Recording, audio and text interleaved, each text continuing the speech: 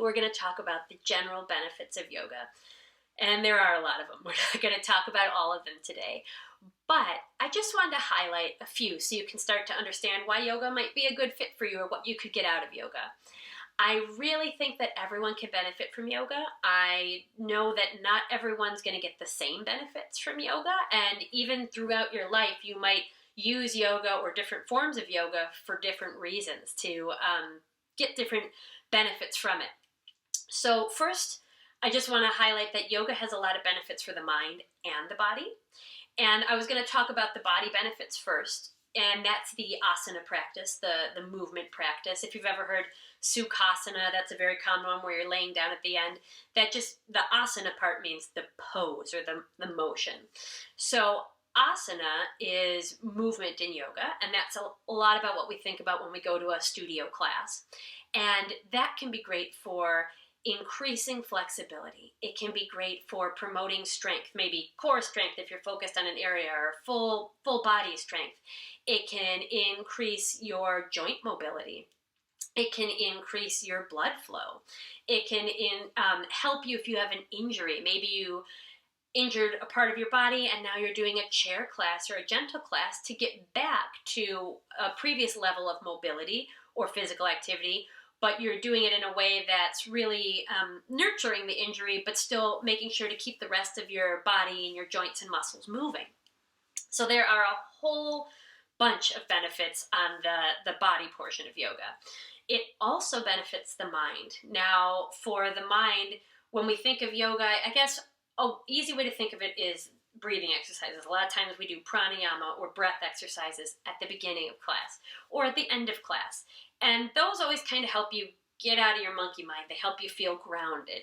So learning different breathing techniques that we learn and practice on the mat, we can then take off the mat and into real life. It kind of gives us this really cool emotional toolkit, really. It can help with stress. It can help with anxiety.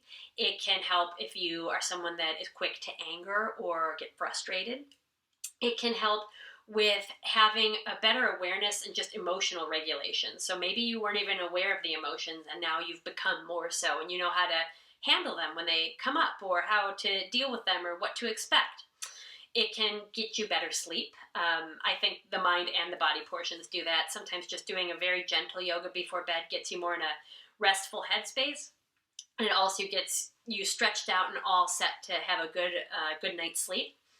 It also can help, there's trauma-informed yoga. So if you've had a trauma in your life, there's a lot of teachers out there that have been educated in specific types of trauma. I truly believe any yoga space should be a safe and inclusive space. But if you've had something specific that you're trying to work on or work through, you could find a very specific yoga teacher and yoga space for that, where it would be less triggers and you'd feel very safe and included in that zone. Another thing that I really think is great is it gives us more awareness and it gives us more presence, kind of like we were talking about with the emotional regulation.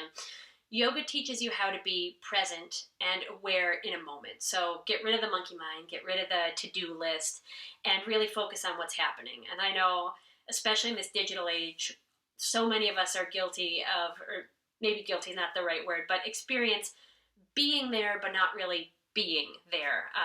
An example would be if I'm on my phone checking something, maybe I'm ordering groceries while I'm talking to the kids or asking them to do something, and they're also watching a show on TV and they're kind of talking to me, and we're all there, we're all in the same room, but we're not really present. We're missing that connection piece. And yoga helps to boost that and to teach us how to be more aware and be more present. And that in itself can also boost happiness, which is kind of great. The more present you are and the more aware you are, you can be more in tune with your emotions, and you can really show gratitude or self-compassion and be a little happier in your overall life.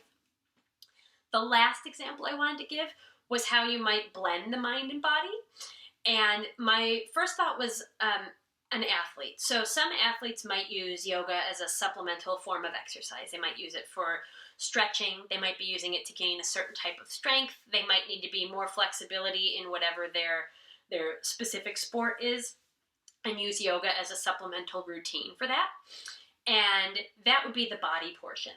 But in the same regard, there's lots, especially elite athletes, that practice yoga and they use the pranayama, or that breath portion, for getting prepared mentally before a big competition or a meet or a big game. So instead of having stress and nerves and anxiety, they know they can rely on that emotional and mental toolkit portion of yoga to calm their bodies and calm their minds and get ready for whatever comes ahead. So they've used the asana, the movement portion of yoga, to get their bodies prepared and be flexible or strong or whatever it is that their sport requires.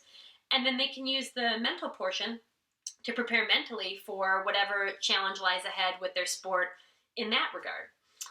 So I think that's a lot of information, but I hope that helps you kind of understand different ways we can use yoga, remembering that yoga might be something that you use. Maybe you use it just for strength or just for stretching before a run some days, and then later in your life, maybe you get into it to help with an injury. Maybe you get more into the meditation side of it and you start to have anxiety or other challenges, and you start to find the breathing and the emotional toolkit to be of help to you. So it's a pretty cool practice.